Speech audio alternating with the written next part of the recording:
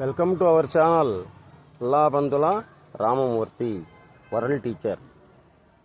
భగవంతుని కంటే కూడా భగవద్భక్తులని మనం ఆరాధిస్తేనే సత్వర న్యాయం అనేటువంటిది జరుగుతుంది.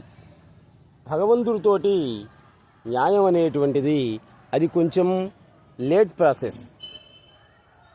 భక్త రామదాస్కి శ్రీరాముడు ఎప్పుడు కనిపించింది? చిట్ట చివరిలో. ఆ విధంగా ఉంటుంది. సత్వర న్యాయం జరగాలి అంటే ఒక భగవద్భక్తుని యొక్క సేవ అనేటువంటిదే సామాన్య మానవులైనటువంటి మనకు మంచిది. కాబట్టి ఆ భగవద్భక్తులలో మొట్టమొదటి వాళ్ళు ఇప్పుడు ఉన్నటువంటి వాళ్ళల్లో మీరు చూస్తున్నారు కదా వీడియోలో, అనిలాచల మహర్షి సద్గురు సుబ్రహ్మణ్యం గారు. ఈయన శ్రీకాళహస్తి వెళ్ళినప్పుడు ఒకసారి ఆయన దర్శించండి. సద్గురు సుబ్రహ్మణ్యం గారి పాదధూళి తగులితే చాల్ మన జన్మ ధన్యమైనట్టే. ఇంకా రెండో వాళ్ళు ఎవరు అంటే జిల్లెళ్లమూడి అర్కపురి గ్రామ నివాసిని జిల్లెళ్లమూడి అమ్మవారు. ఈమె కూడా దైవశక్తి కలిగినటువంటిది, జీవ సమాధి. సద్గురు సుబ్రహ్మణ్యం గారిని, జిల్లెళ్లమూడి అమ్మవారిని ఒకసారి మీరు దర్శించి తరించండి.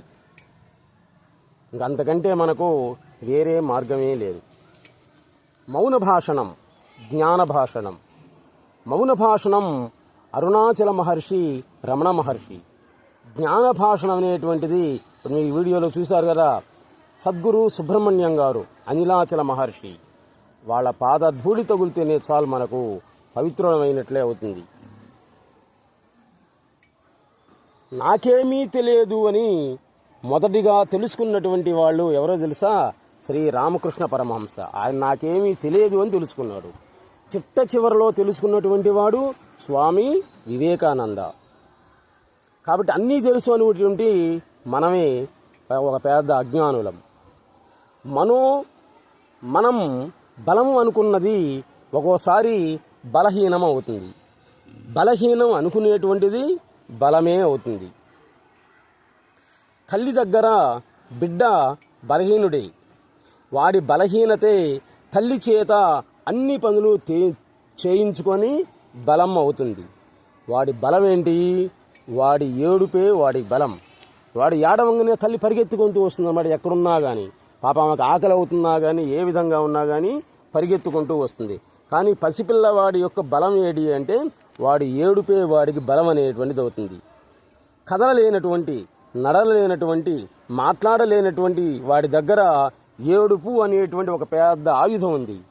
ఆ ఆయుధానికి ఎవరైనా తెగాల్సిందే, అంతే, తప్పదు. అదే వాడి బలం. సత్సంగం అనేది సామాన్యుల బలం. వ్యక్తుల సమూహమే అనుకున్నట్లయితే అది అంతే అవుతుంది, సమూహమే అవుతుంది. ఆ సత్సంగం అనేటువంటిది అధిష్టానం అనుకున్నట్లయితే అదే అధిష్టానం అనేటువంటిది అవుతుంది. కాబట్టి మనస వాచ కర్మణ అలజడి లేకుండా ప్రశాంతంగా ఉండడం మనకు సంబంధించింది. కాబట్టి ఆ మూడవది కూడా అంటే కర్మణ అనేది కూడా మనకు సంబంధించింది. ఆ మూడు కలిస్తేనే దైవయత్నం అనేటువంటిది అవుతుంది. అంగీకారం తరువాత కూడా ఆందోళన, ఆతృత, భయం ఉన్నాయంటే అర్థం ఏంటి? చీకటిని వెలుతురు అని భావించడమే అవుతుంది. నిజంగా అది అంగీకారమే అయినట్లయితే అలజడి అనేటువంటిది ఉండనే ఉండదు. అదే మానవుడికి జీవన్ముక్తి అనేది అవుతుంది. అంగీకారానికి గుర్తు కూడా అదే అవుతుంది. అలజడి లేకపోవటమే అంగీకారానికి గుర్తు. అసలు అర్థం కావడం, పాఠం అర్థమైందా అంటే అర్థమైంది అంటాం. అర్థం కావడం అంటే ఏంటి అంటే నీ అనుభవంలోకి రావటమే అని అంటారు జిల్లెళ్లమూడి అమ్మవారు. నీ అనుభవం అనేది మించినటువంటి శాస్త్రం అనేది ఎక్కడా లేదు. నీ అనుభవం అనేటువంటిదే శాస్త్రం. నీ అనుభవంలోకి రావటమే నీకు అర్థమైనట్లు అని చెప్తారు జిల్లెళ్లమూడి అమ్మవారు. అదే జీవన్ముక్తి అంటే. 100 మెతుకులు తినాల్సి వచ్చినప్పుడు 99 మెతుకులతోటి ఆపగలమా ఎవడైనా కానీ? ఎవ్వరం కూడా ఆపలేం. అలాగే 101 శ్వాస పీల్చుకోవాల్సి వచ్చినప్పుడు 100 శ్వాసలు అనేటువంటి దాంతో ఎవరం కూడా ఆపలేం. అని 102వ శ్వాసను కూడా ఎవడు కూడా పీల్చుకోలేడు. అదే దైవ నియతి. అంతే, ఆయన నియంత. పరమేశ్వరుని నియంత. ఆయన ఇష్టానుసారంగా నిన్ను సృష్టించుకున్నాడు. మానవజాతి, వృక్షజాతి, జంతుజాతి, సర్పజాతి ఈ విధంగా ఆయనే సృష్టించుకున్నాడు, ఆడుకున్నాడు. ఆడుకున్నంతసేపు ఆడుకొని అవతల పారేశాడు. ఎందుకు అంటే ఏం చెప్తాం? అక్కడ ప్రశ్నే లేదు, అది ఆయన ఇష్టం. ఇప్పుడు చిన్నపిల్లవాడు బొమ్మలు తయారు చేసుకుంటాడు, ఆడుకున్నంతసేపు అవతల పారేస్తాడు. అది కూడా అంతే, ఆయన నీతో ఆడుకున్నంతసేపు ఆడుకొని అవతల పారేస్తాడు. అదే దాన్ని మనం మరణం అని అంటాం. కాబట్టి మానవుడి యొక్క పరిస్థితి అనేటువంటిది ఇక్కడ ఏమీ లేదు, అంతా కూడా దైవనియతి. నువ్వు అనుకున్నా అనుకోకపోయినా, చేసినా చేయకపోయినా కానీ జరిగేటువంటిది ఎప్పుడూ కూడా ఆగనే ఆగదు. జరిగేది ఎట్లాగూ జరుగుతూనే ఉంటుంది. అయితే నీ ప్రయత్నం అనేటువంటిది, ప్రయత్నం చేయడం వరకే నీ యొక్క బాధ్యత. ఆ ప్రయత్నం వల్ల లాభం లేదని తెలుసుకొని స్థిమితంగా ఉంటాం.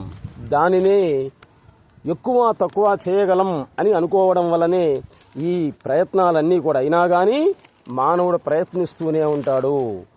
వాటి ఎన్నో పారమార్థికమైనటువంటి ఎన్నో ఆధ్యాత్మిక విషయాలని సామాన్య పరిభాషలో చెప్పినటువంటి జిల్లెళ్లమూడి అమ్మ, తర్వాత సద్గురు అనిలాచల నివర్షి అయినటువంటి సద్గురు సుబ్రహ్మణ్యం గారిని, వీళ్ళని ఒకసారి దర్శించి తరించండి.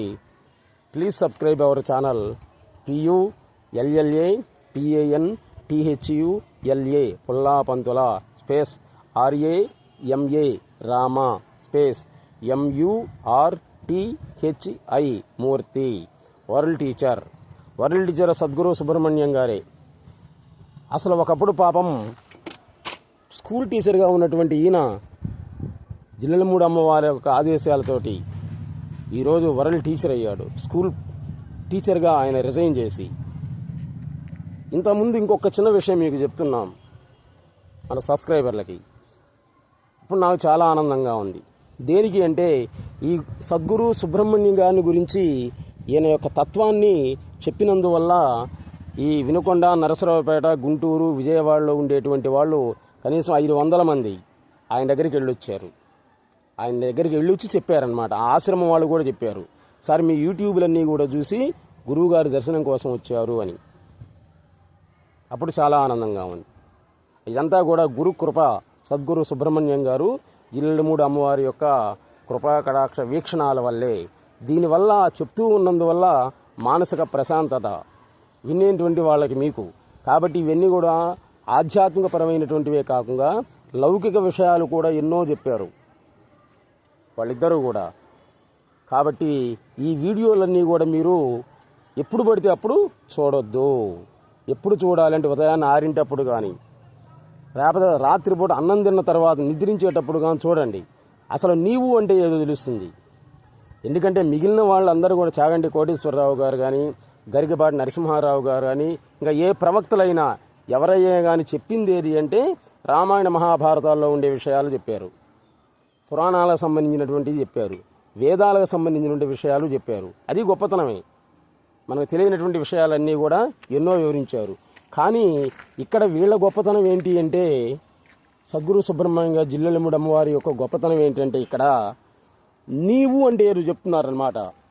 నీవు అసలు ఎందుకు జన్మించావు, నీ జన్మ ఏంటి, ఎందుకు జన్మించావు, ఎందుకు పుట్టావు, ఎందుకు పెరిగావు, ఎందుకు చస్తున్నావు, నీ తల్లి కడుపులో నువ్వు అసలు ఎలా పడ్డావు, మలమూత్రాలతో ఉన్నటువంటి ఆ గర్భంలో నీకు జీవాన్ని ఇచ్చింది ఎవరు, తర్వాత యోనిజులు అంటాం మనల్ని. భూమి మీద పడిన తర్వాత ఏడుస్తాడు. ఆ ఏడుపుతోటే పూర్వజన్మ స్మృతులు అనేటువంటివి పోతాయి. మళ్ళీ ఇంక ఈ జన్మలోకి వస్తావు అన్నమాట. ఆ తర్వాత ఎక్కడికి వెళ్తావు నువ్వు? తర్వాత పెరుగుతున్నావు. తల్లిదండ్రులు మీ అమ్మ నాన్న పేరేమో ఫలాని వాళ్ళు నన్ను కన్నారు అని చెప్తున్నావు. వాళ్ళు నిన్ను కన్నారా, నువ్వు వాళ్ళని కన్నావా?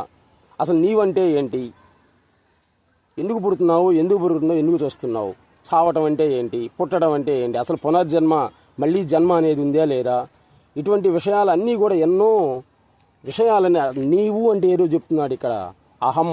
అహంభావం అంటాం, అంటే అహంకారం పనికిరాదు అంటాం.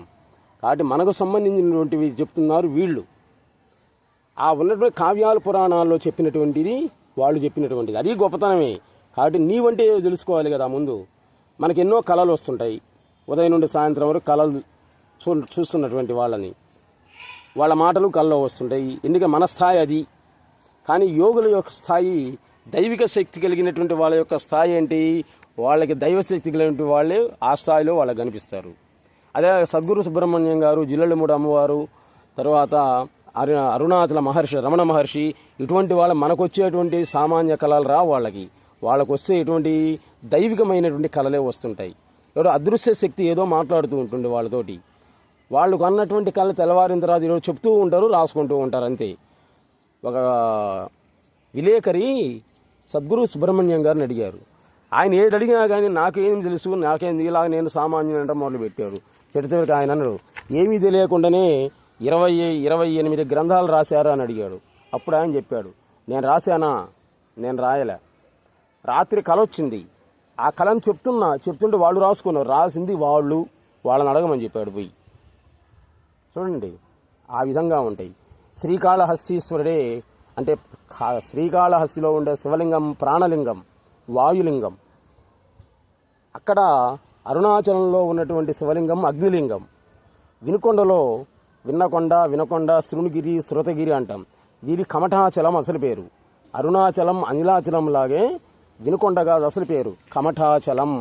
కమఠం అంటే తాబేలు తపస్సు చేసి మునిగా మారింది, కమఠ ముని అయ్యాడు. ఆయన పరమశివుణ్ణి కోరాడు, నువ్వు నా వీపు మీద ఉండాలి అన్నాడు. సరే, వచ్చే జన్మలో ఇంకా ఈ యుగం సత్యయుగం అయిపోయిన తర్వాత కృతయుగం, శ్రీరాముడుగా జన్మించి ఆయనే నన్ను తీసుకొచ్చి నీ మీద పెడతాడు, అంతవరకు తపస్సు చేస్తూ కూర్చోమన్నాడు. అంటే కమఠం కాస్త ముని అయ్యాడు, కమఠ ముని పర్వతం, అదే వినుకొండ, కమఠాచలం అసలు పేరు. ఇది వినకొండలో ఉండేటువంటి వాళ్ళకే చాలామందికి తెలియదన్నమాట అసలు కమఠాచలం అనేటువంటి విషయం. కాబట్టి ఏంటంటే వీళ్ళు చెప్పేటువంటివి అసలు నీవంటే ఏదో చెప్తున్నారనమాట. మానవ జాతి, మానవ జన్మ అంటే ఏదో చెప్తున్నారు. కాబట్టి భగవంతుని యొక్క సేవ కంటే కూడా భగవద్భక్తుని యొక్క సేవ అనేటువంటిది సత్వరమైనటువంటి ఫలితాన్ని ఇస్తుంది అనటంలో ఎటువంటి సందేహం అనేటువంటిది లేనే లేదు. కాబట్టి అందరూ కూడా జిల్లెళ్ళమూడి అమ్మవారిని, సద్గురు సుబ్రహ్మణ్యం గారిని దర్శించి తరించండి. నెక్స్ట్ ఎపిసోడ్లో మహాదైవభక్తి కలిగినటువంటి భక్త కన్నప్ప, ఆయన గురించి నెక్స్ట్ ఎపిసోడ్లో చెప్పుకుందాం. చెప్పాం కానీ మన వీడియోలన్నీ కూడా మనకు సంబంధించినటువంటివే. నీవు నేను అంటే ఏంటి, దానికి సంబంధించినటువంటి. కాబట్టి ఇది ఎప్పుడు పడితే అప్పుడు చూడవాకండి, ఎటువంటి ఉపయోగం ఉండదు చూసినా కానీ. ఉదయాన్నే 6 కానీ లేకపోతే సాయంత్రం పూట అన్నం తిన్న తర్వాత నిద్రించేటువంటి ప్రశాంత సమయంలో చూస్తే అసలు మనం ఎవరం అనేది తెలుస్తుంది. ఇప్పుడు నేను మాట్లాడుతున్నాను అంటున్నా, అసలు నేను అనే శబ్దం ఎక్కడి నుంచి వచ్చింది, అది వాళ్ళు చెప్పేది అదనమాట. అసలు నీవెవరు, నేను నాది, నా భార్య, నా పిల్లలు, నా మార్కులు అంటున్నావుగా, అసలు నేను అనేది ఎక్కడి నుంచి వచ్చింది, ఇది చెప్పేది అనమాట. నీవెవరు, ఎక్కడికి వెళ్తుందో, ఎలా వెళ్తుందో, ఇటువంటివన్నీ కూడా. కాబట్టి అందరూ కూడా ఒకసారి వీళ్ళని దర్శించి తరించండి. నెక్స్ట్ ఎపిసోడ్లో మహాభక్తుడు, దేవుడుగా మారి మహాశివుడి నెత్తిని పెట్టుకున్నాడు కన్నప్పని, అతి కిరాతకుడు కన్నప్ప. ఆయన చరిత్ర గురించి నెక్స్ట్ ఎపిసోడ్లో చెప్పుకుందాం. తప్పనిసరిగా మీరు వాళ్ళని, సద్గురు సుబ్రహ్మణ్యం గారిని, జిల్లెళ్ళమూడి అమ్మవారిని దర్శించి తరించండి. నెక్స్ట్ ఎపిసోడ్లో మళ్ళీ కలుద్దాం. Please subscribe our channel.